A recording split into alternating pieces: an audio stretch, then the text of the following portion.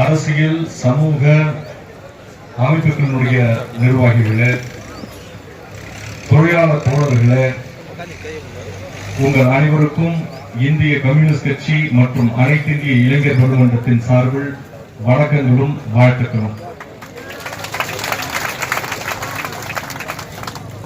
சங்க இலக்கியம் தமிழர் நிலத்தை 5 வகையாக பிரிக்கிறது, 5 திணைகளாக பிரிக்கிறது. குறிஞ்சி, முல்லை, மருதம், நெய்தல், பாலை. குறிஞ்சி என்றால் மலையும் மலை சார்ந்த பகுதிகளும், முல்லை என்றால் காடும் காடு சார்ந்த பகுதியும், மருதம் என்றால் வயலும் வயல் சார்ந்த பகுதியும், அதான் ரொம்ப வளமான பகுதி. நெய்தல் என்றால் கடலும் கடல் சார்ந்த பகுதியும், பாலை என்றால் இவை அனைத்தும் திரிந்து எந்த உபயோகமும் இல்லாமல் இருக்கின்ற நிலம் பாலை நிலம் என்று சங்க இலக்கியம் வகுக்கின்றது. அப்படி காடும் காடு சார்ந்த பகுதியாக இருந்த இந்த கோலார் தங்கவயலை வயலும் வயல் சார்ந்த பகுதியாக வளமான பகுதியாக மாற்றியது எது என்றால் இங்கே இருக்கக்கூடிய தொழிலாளர்களுடைய உழைப்பு மட்டும்தான். காட்டை கடலையாக்கி கல்லுக்குள் நீர் வரும் உழைப்பெங்கள் உழைப்பு என்று காலரை தூக்கிவிட்டு சொல்லக்கூடிய தெனாவிட்டு இங்கே இருக்கக்கூடிய தொழிலாளர்களுக்கு மட்டும்தான் இருக்கிறது, வேறு யாருக்கும் இல்லை என்பதை நாம் புரிந்து கொள்ள வேண்டும். இந்த கோலார் தங்கவயல் எத்தனையோ பேருக்கு மட்டுமல்ல இந்த நாட்டுக்கு ஒரு ஒளியாக திகழ்ந்திருக்கிறது என்பது இந்த நாட்டுக்கு மட்டுமல்ல உலகத்துக்கே தெரியும். அந்த தங்கச் சுரங்கம் மூடப்பட்ட பொழுது அந்த தொழிலாளர்கள் வாழ்விலே ஒரு வழியற்று நின்ற பொழுது அவர்களுக்கு ஒரு ஒளி விளக்காக இந்த பிஎம்எல் தொழிற்சாலை என்பது இங்கே வந்தது. கோலார் தங்கவயல் மூடப்பட்டு அதன் மூலம் வேலை இழந்த சில தொழிலாளர்களுக்கும் அவர்களுடைய குடும்பத்தினருக்கும் வேலை கொடுக்க வேண்டும் என்கின்ற நோக்கத்தோடு, வேலை வாய்ப்பை உருவாக்க வேண்டும் என்கின்ற நோக்கத்தோடு இந்த பிஎம்எல் தொடங்கப்பட்டது.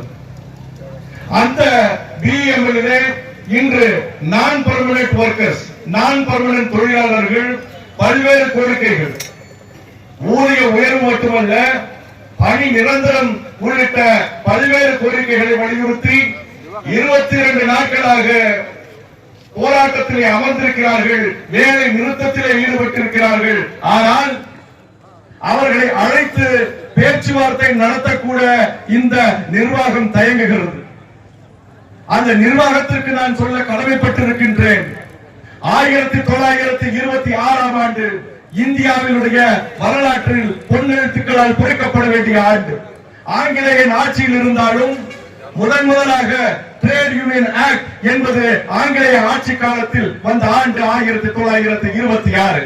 ஆனால் அந்த 1926ஆம் ஆண்டுக்கு முன்பே தொழிற்சங்கம் கட்டப்பட்டு தொழிலாளர்கள் ஒற்றுமையோடு போராடிய வரலாறு இருக்கிறது என்றால் அது கோலார் தங்கவயலின் வரலாறு என்பதை அவர்களுக்கு நான் சொல்லிக்கொள்ள கடமைப்பட்டிருக்கின்றேன். அது மட்டுமல்ல, இன்று அம்பேத்கர் அவர்கள் எழுதிய கான்ஸ்டிடியூஷன், அரசியல் அமைப்பு, அரசியல் சாசனம் ஏற்றுக்கொள்ளப்பட்ட நாள். அந்த அரசியல் சாசனத்திலே 1947 தொழிலாளர் தகராறு சட்டம் என்பதை ஏற்றுக்கொள்ளப்பட்டதும் இதே நாள்தான். அந்த தொழிலாளர் தகராறு சட்டம் ஏற்றுக்கொள்ளப்படுவதற்கு முன்பே, அந்த சட்டம் ஆவதற்கு முன்பே பல்வேறு உரிமைகளை போராடி பெற்ற மண் இந்த கோலார் தங்கவயல் மண் என்பதை அந்த நிர்வாகம் புரிந்து கொள்ள வேண்டும்.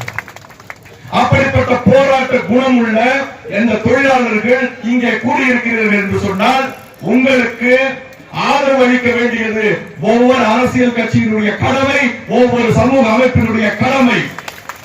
அது ஏதோ நாங்க வந்து உங்களுக்கு உங்க பக்கத்துல நின்று எங்களுக்கு ஒரு பிரச்சனை கிடையாது, இது எங்களுடைய கடமை.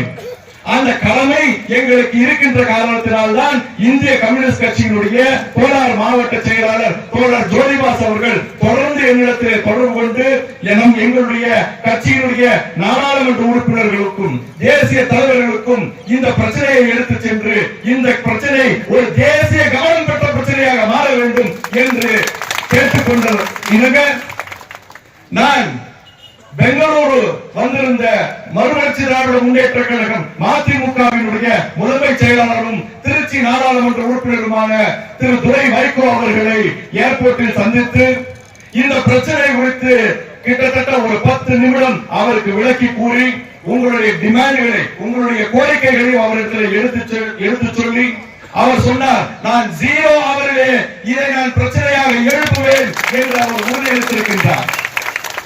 நேற்று வாட்ஸ்அப்பிலே என்னை தொடர்பு கொண்ட திரு துரை வைகோ அவர்கள், இதை நீங்களே ஒரு டிராஃப்ட் போட்டு அனுப்புங்க, நான் 0 அவருக்கு நாளை காலை 10 மணிக்குள்ள கொடுக்கணும், நான் கொடுத்துறேன் என்று கேட்டிருக்கிறார். அது டிராஃப்ட் பண்ணி அனுப்பப்பட்டு விட்டது.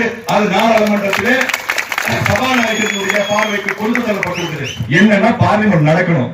நேற்று உங்களுக்கு தெரியும், செய்தித்தாள்களை படித்தீர்கள் என்றால் தெரியும், எதிர்கட்சிகள் பல்வேறு உண்மையான கோரிக்கைகளுக்காக நாங்கள் விவாதம் செய்ய வேண்டும், அதற்கு வாய்ப்பு கொடுங்கள் என்று கேட்டும் இந்த பாஜக அரசு அதை மறுத்து வருகின்ற காரணத்தால் தொடர்ந்து அமளி நடந்து அந்த பாராளுமன்றம் ஒத்திவைக்கப்பட்டிருக்கின்றது. இன்றும் அந்த போராட்டங்கள் பாராளுமன்றத்தின் உள்ளே தொடர்ந்து கொண்டிருக்கிறது. அப்படி பாராளுமன்றம் நடந்து 12 மணிக்கு மேல 0 அவர், அந்த 0 அவர் என்று வருகிறதோ அப்பொழுது இந்த கோரிக்கை அங்கே எழுப்பப்படும். அது மட்டுமல்ல, எங்களுடைய கட்சியினுடைய பொதுச் செயலாளர் தோழர் ராஜா அவர்களை நான் தொடர்பு கொண்டு இந்த பிரச்சனை பற்றி சொன்ன பொழுது அவர் இந்த பிரச்சனை குறித்து நான் ராஜ்நாத் சிங் அவரை நேரில் சந்திக்க வாய்ப்பு கிடைத்தால் சந்திப்பேன் என்கின்ற வாக்குறுதியையும் எங்களிடத்தில் கொடுத்திருக்கின்றார். எங்கள் கட்சியினுடைய ராஜ்யசபா உறுப்பினர் தோழர் சந்தோஷ்குமார் எம்பி, கேரள மாநிலத்தின் துடிப்புமிக்க இளைஞர், நான் சார்ந்திருக்கக்கூடிய ஏஐஒய்எஃப் அகில இந்திய பொதுச் செயலாளராக பணியாற்றியவர். இப்பொழுது அவர் கேரள மாநிலத்தில் இருந்து ராஜ்யசபாவிற்கு தேர்ந்தெடுக்கப்பட்டிருக்கிறார். அவரை தொடர்பு கொண்டு இந்த பிரச்சனைகளை குறித்து நான் சொன்ன பொழுது அவரும், நீங்கள் சொல்லுகின்ற கோரிக்கைகளை எல்லாம் எனக்கு எழுதி கொடுங்கள், நான் பாதுகாப்புத்துறை அமைச்சர் ராஜ்நாத் சிங்குக்கு கடிதம் எழுதுகிறேன், அவரிடத்திலே நேரில் சந்திப்பதற்கு அப்பாயின்மெண்ட் கேட்கின்றேன், முதல் கடிதம் போயிருக்கும், அப்பாயின்மெண்ட் வந்து அதே கடிதத்தை நான் மறுபடியும் நேரில் கொண்டு போய் கொடுக்கிறேன் என்று வாக்குறுதி அளித்து கடிதம் சென்றடைந்து விட்டது. அப்பாயின்மெண்ட் கேட்கப்பட்டிருக்கிறது.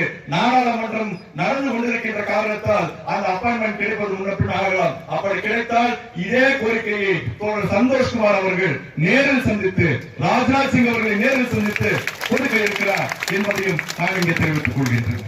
அது மட்டுமல்ல, திருப்பூரினுடைய நாடாளுமன்ற உறுப்பினர், இந்திய கம்யூனிஸ்ட் கட்சியினுடைய மூத்த தலைவர் தோழர் சுப்பராயன் அவர்களிடமும் இந்த பிரச்சனை குறித்து நான் தொலைபேசியிலே பேசிய பொழுது அவரும் 0 அவர்களே இந்த பிரச்சனையை நான் எழுப்புவேன் என்கின்ற வாக்குறுதியை அளித்திருக்கின்றார். அவருக்கு நம்முடைய எல்லா கோரிக்கைகளையும் டிமாண்ட்களையும் நான் மெயில் மூலமாக அனுப்பி இருக்கின்றேன். இப்படி இந்த பிரச்சனையை ஒரு தேசிய கவனம் பெற்ற பிரச்சனையாக மாற்ற வேண்டும் என்கின்ற முனைப்போடு இங்க இருக்கக்கூடிய தோழர்கள் அனைவரும் உழைத்துக் கொண்டிருக்கின்றோம். இது ஏதோ என்னுடைய முயற்சி, உன்னுடைய முயற்சி, அவருடைய முயற்சி அல்ல. நான் ஒரே ஒரு விஷயத்தை மட்டும் இங்கே சொல்லிக்கொள்ள கடமைப்பட்டிருக்கின்றேன். இங்கே இருக்கக்கூடிய தொழிலாளர்களுக்கு முகம் இல்லை, இங்கே இருக்கக்கூடிய தொழிலாளர்களுக்கு அடையாளம் இல்லை.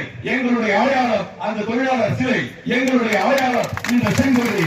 இந்த தொழிலாளர் தோழர்களுக்கு முகம் கிடையாது, தலைமை கிடையாது, எங்களுக்கு இதயம் மட்டும்தான் இருக்கிறது. அந்த இதயங்களால் இணைவோம், கோரிக்கைகளை வென்றெடுப்போம். உங்களுக்கு எப்பொழுதும் அனைத்து இந்திய இளைஞர் பெருமன்றம் துணையாக இருக்கும் என்று சொல்லி வாய்ப்பளித்த அனைவருக்கும் நன்றி கூறி விடைபெறுகிறேன்.